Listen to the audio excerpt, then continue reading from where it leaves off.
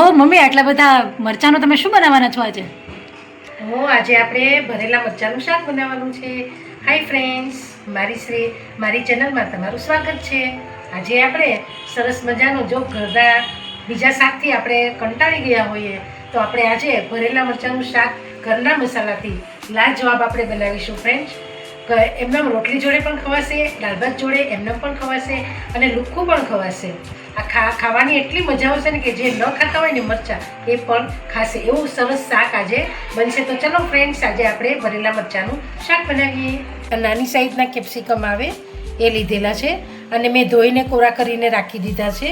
અને એમાં આપણે જે નાખવાનું છે એ ગાંઠિયાનો ભૂકો છે, ચણાનો લોટ છે અને રૂટિંગ મસાલા છે, ધાણા છે, લીંબુને ખાંડને એવું બધું નાખીને આપણે બનાવીશું. તો ચાલો આપણે બનાવીએ. પહેલાં આપણે આ મરચાંને આવી રીતે કટ કરીશું અને અંદરથી આપણે બિયા ને નસ ને એવું બધું કાઢી નાખીશું.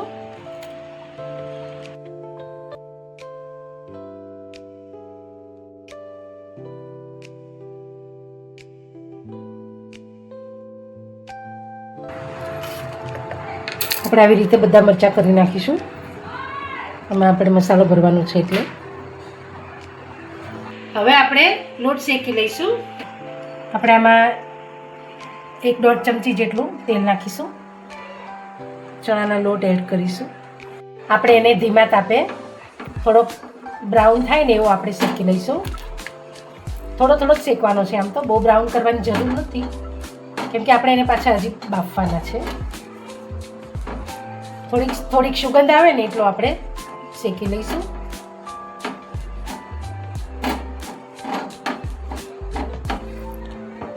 જો આપણો લોટ થોડો શેકાઈ ગયો છે અને સુગંધ પણ આવવા માંડી છે. તો આપણે બંધ કરી દઈશું ગેસ. આની અંદર આપણે આ ગાંઠિયા પીસીને રાખ્યા છે એ આપણે નાખી દઈશું. ટેસ્ટ પ્રમાણે આપણે મીઠું નાખીશું. ગાંઠિયામાં હોય એટલે આપણે જોઈને નાખવાનું. ટેસ્ટ પ્રમાણે નાખીશું. હળદર નાખીશું થોડીક. આમાં ધાણા જીરું થોડું વધારે હોય ને તો સારો ટેસ્ટ આવે. 2 ચમચી ધાણા જીરું નાખી દઈશું. મરચાં છે એટલે લાલ મરચું જરીક જ નાખીશું. આ 2-3 ચમચી ધાણા છે લીલા નાખી દઈશું. અજમો નાખીશું. થોડીક ખાંડ નાખીશું. આપણે થોડુંક હલાવી દઈશું. થોડુંક તેલનું મોણ નાખીશું. 2-3 ચમચી જેટલું.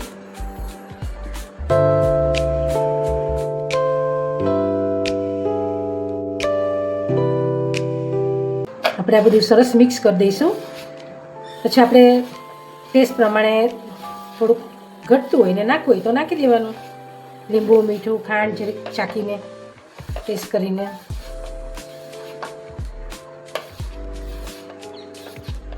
હવે આપણે આ મસાલો સરસ તૈયાર થઈ ગયો છે. જુઓ ફ્રેન્ડ્સ,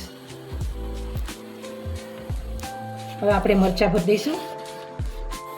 આપણે આ બધો મસાલો સ્ટફિંગ બધું આપણે આમાં ભરી દઈશું. થોડુંક આપણે આંગળીથી એમ કરી અને આખા મરચાં ભરી દેવાના.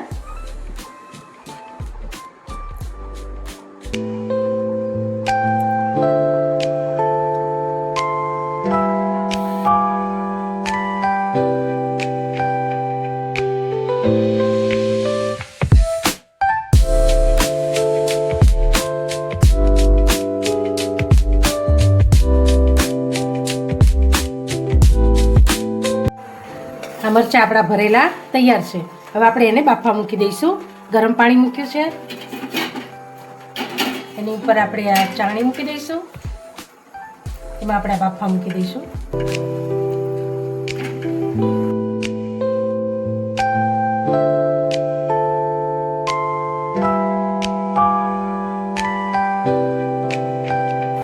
હા, આપણે ઢાંકી દઈશું. થોડીક વાર ચડવા દઈશું.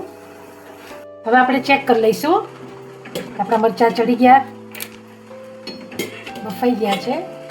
સરસ બફાઈ ગયા છે. આખો કલર ચેન્જ થઈ ગયો છે ફ્રેન્ડ્સ.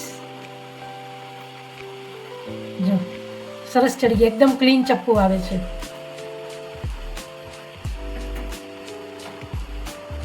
હવે આપણે એને વઘારી લઈશું. આપણે વઘાર માટે તેલ નાખીશું.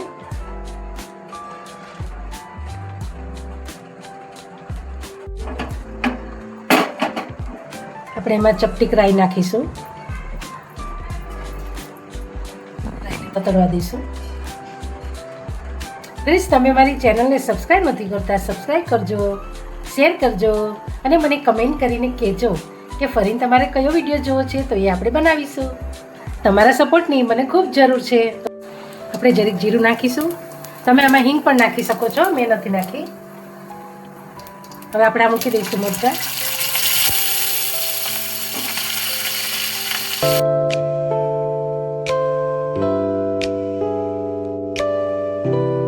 અને હવે દાજ પડે ને એવા ધીમે ધીમે પલટાવીને આપણે શેકી લેવાના છે. થોડી થોડી દાજ પડે એટલે એમ ધીમે ધીમે ફેરવવાના.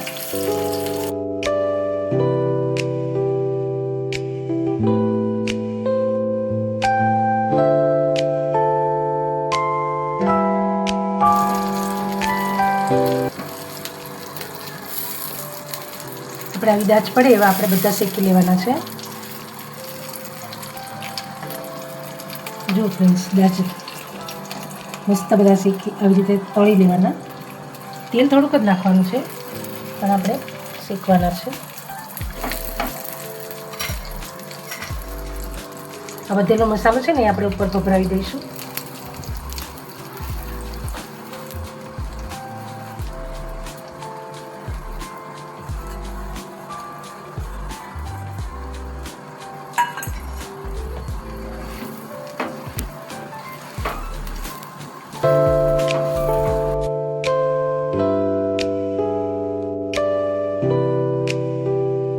આ આપણા ભરેલા મરચાં તૈયાર છે. હવે આપણે ગેસ બંધ કરી દઈશું. પ્લેટમાં કાઢી લઈશું.